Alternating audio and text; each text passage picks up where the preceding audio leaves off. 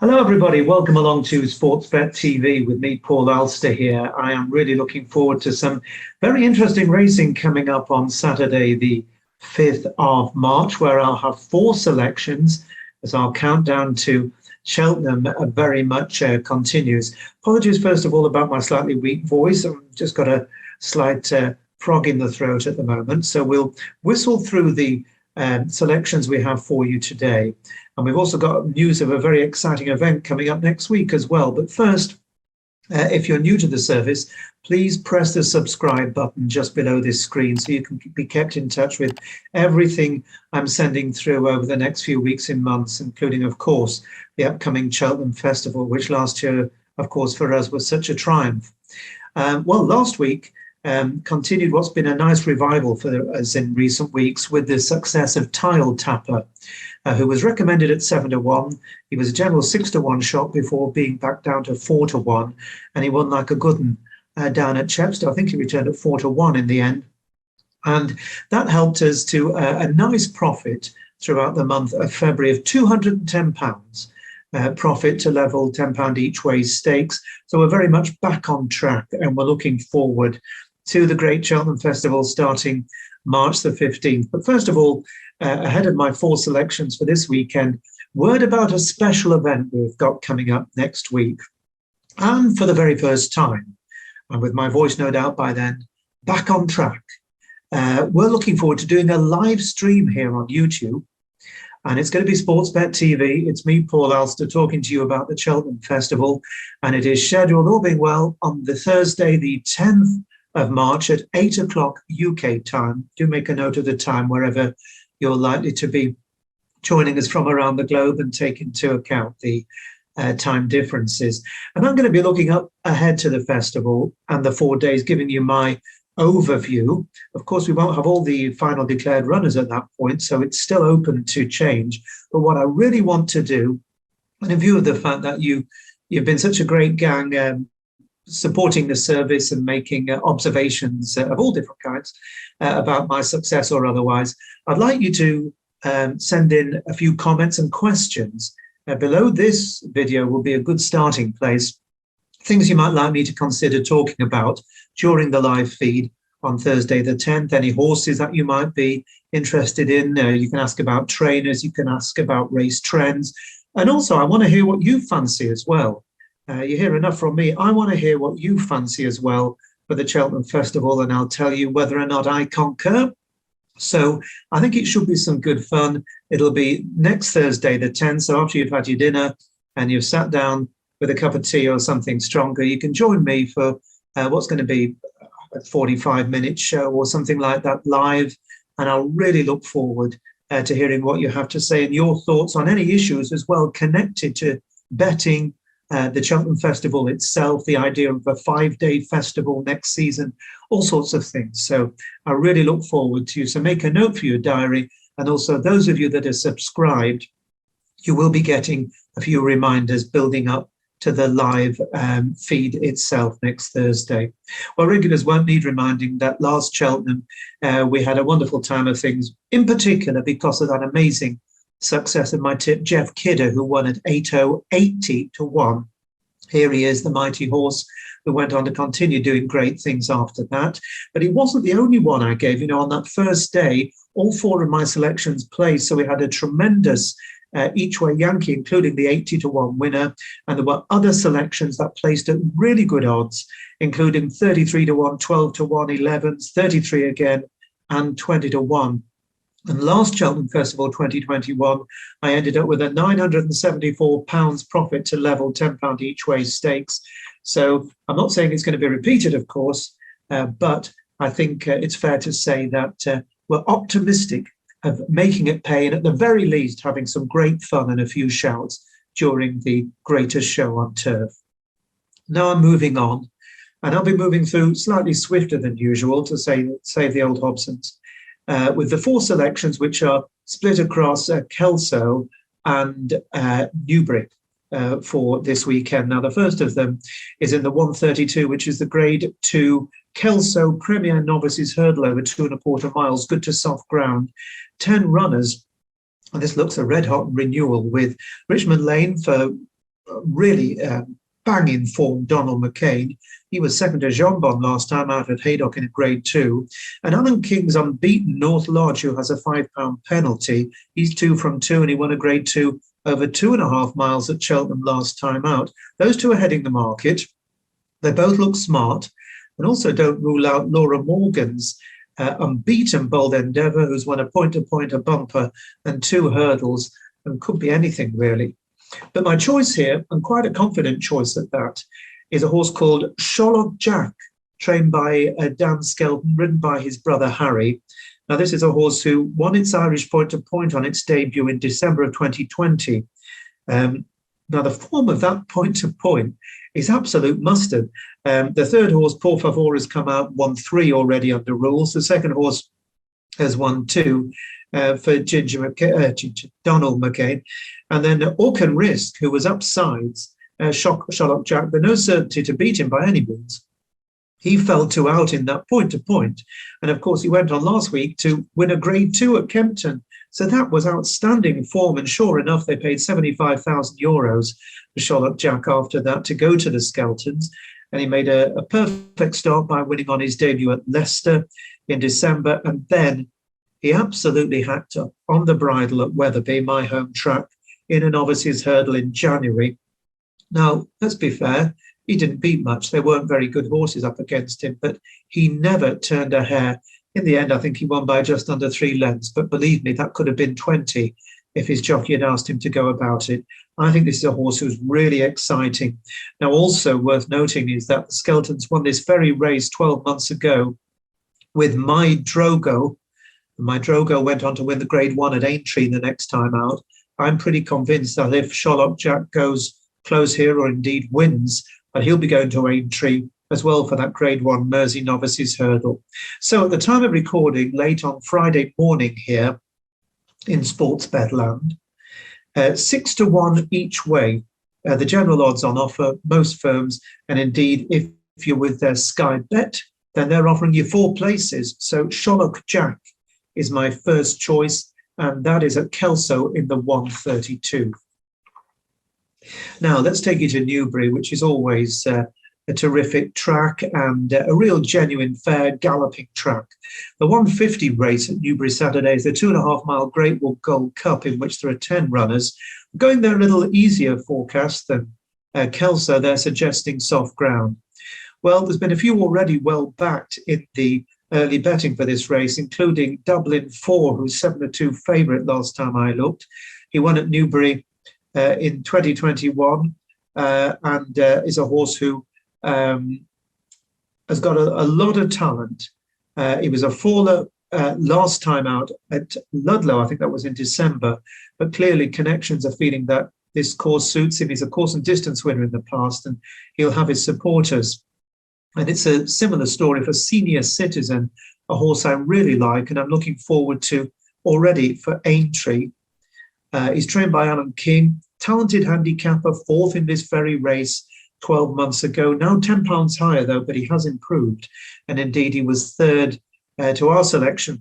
Remember Live, Love, Laugh, who won the top of the trophy at Aintree for us last season. Already this term, he's won at Market Raisin and then was 2nd over the Aintree fences in the Grand Sefton. And I think all roads for him will lead back there, but he's no back number by any means on Saturday. Now, Charlie Longsdon has been in a bit of a lull before coming back to form of late, and his Glenforsa won at Musselburgh over 2 3/4 miles last time out. No stamina doubts for him, and he's up £5. And Paul Nicholls, who is going to take his smallest ever team to the Cheltenham Festival, certainly in the last couple of decades. He's got Amour de Nuit here, who also won at Musselburgh back on New Year's Day, has gone up £7, but he's run really well at this track before. But my choice is another one trained by Paul Nicholls, and this is Tamarok du Matin, who's the mount of stable jockey Harry Cobden. Now, this is a horse who's been very highly regarded down at Ditchit. He won the Grade 2 Pendle Novices Chase 12 months ago, having previously been 2nd to the Great Shishkin in the Cato Star Novices Chase at Kempton.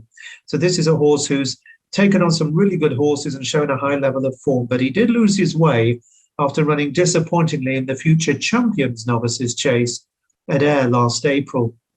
Indeed, it didn't start off particularly well this season when he was pulled up on his reappearance at Aintree, albeit in a hot race, the Grade 2 Old Rowan Chase. And after that, he was subsequently operated on for a breathing operation. Might do me a favour or two, the way things are today.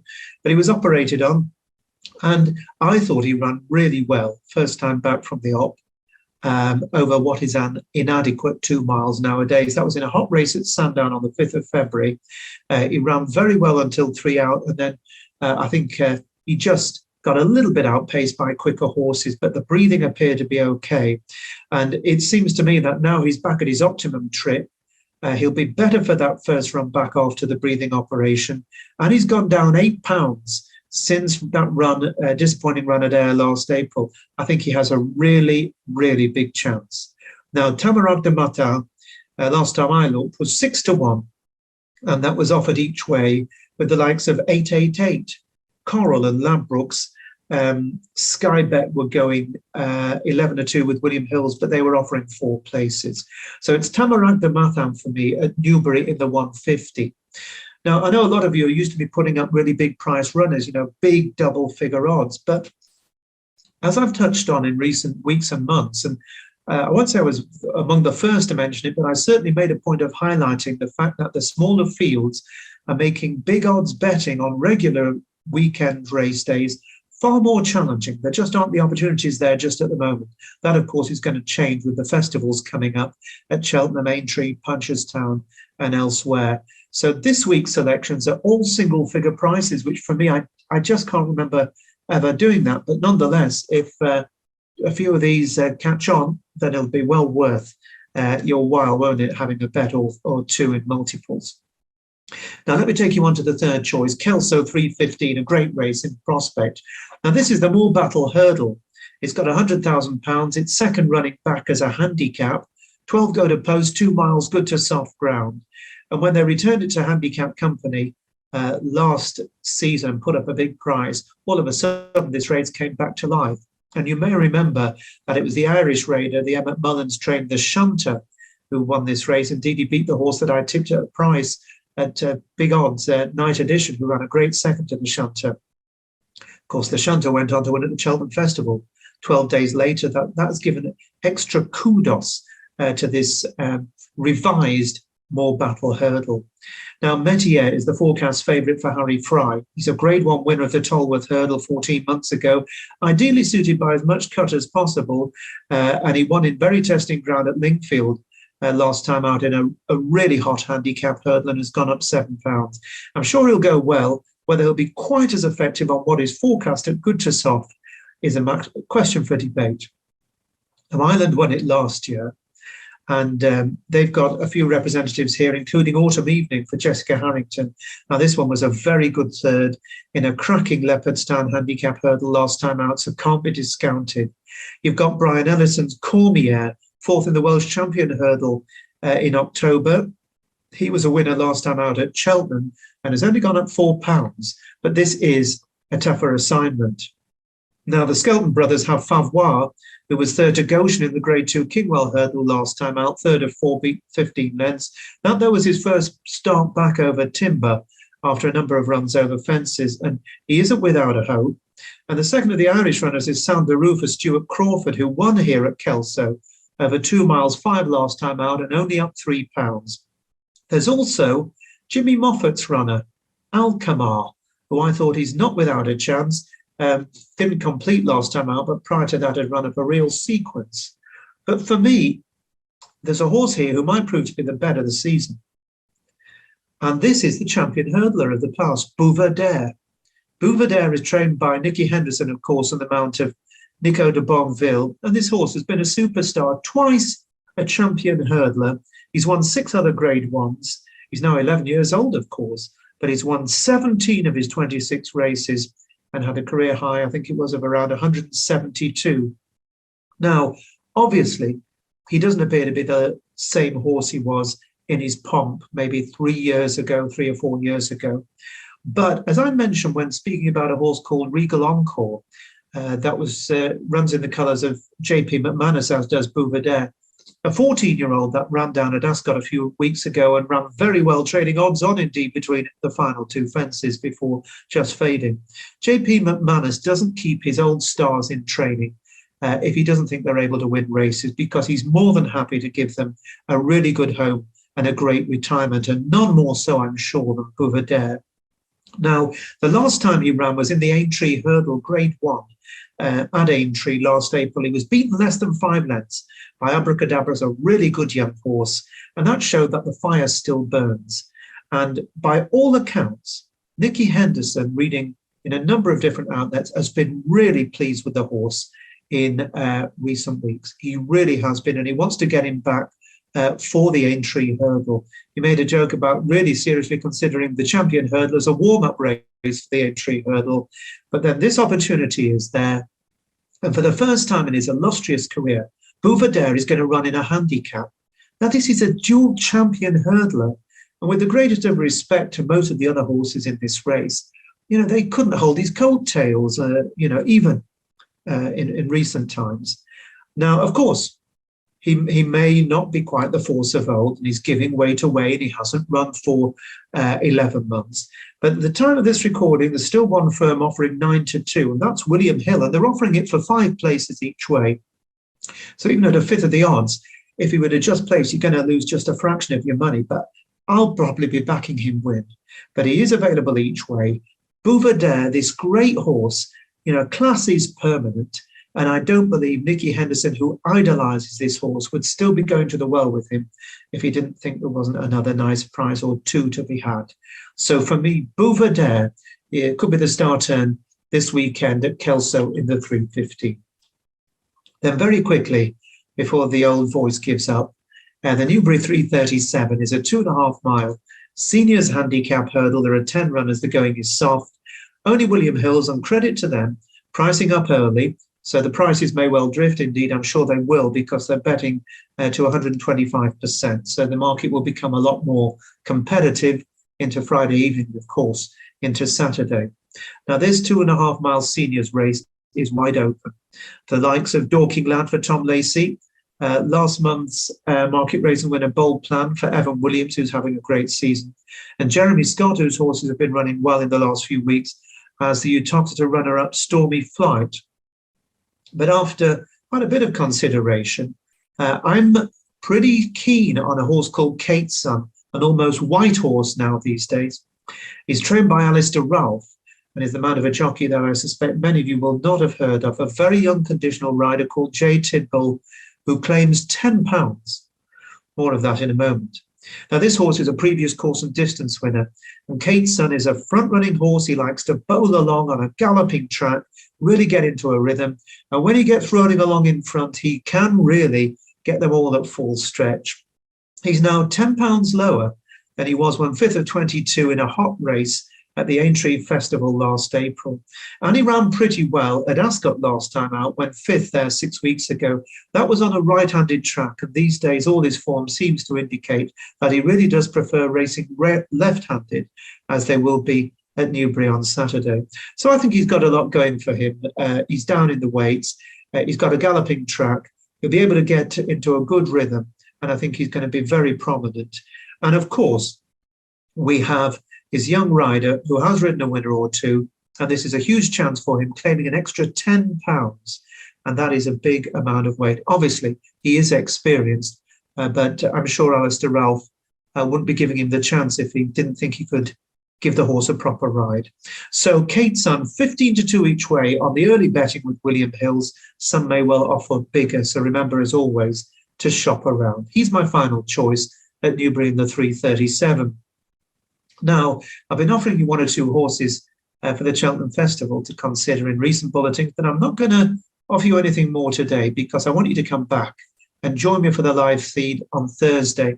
I've already got a stack of horses that I'm really interested in, and I've made a lot of study and thought about them. And I'll be interested to hear your thoughts on the live feed as we go out as well.